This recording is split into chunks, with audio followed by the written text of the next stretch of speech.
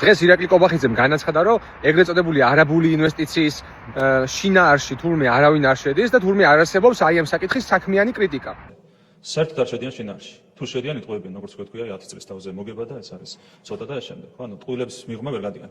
მე არც ერთხელ არაბისგან არ მომისმენია კომპეტენტური შეფასება იმისა, რაც ჩვენ საზოგადოებას გავაცემთ. არც ერთი კომპეტენტური შეფასება. არც სატელევიზიო ეთერში და არც სოციმედიაში. არც ერთი ხო შეეძლოთ დეტალურად აიღოთ და გაერჩიათ. მაგალითად, იქნებ გადაჭარბებულია ჩვენი განცხადება ეკონომიკურ ეფექტთან დაკავშირებით. მე მაინტერესებს როგორ უნდა შევიდეთ იმ ხელშეკრულების შინაარსის გარჩევაში, რომელი ხელშეკრულებაც არაფერს დიდებით არ გაასაჯაროეს და გასაიდუმლოებული.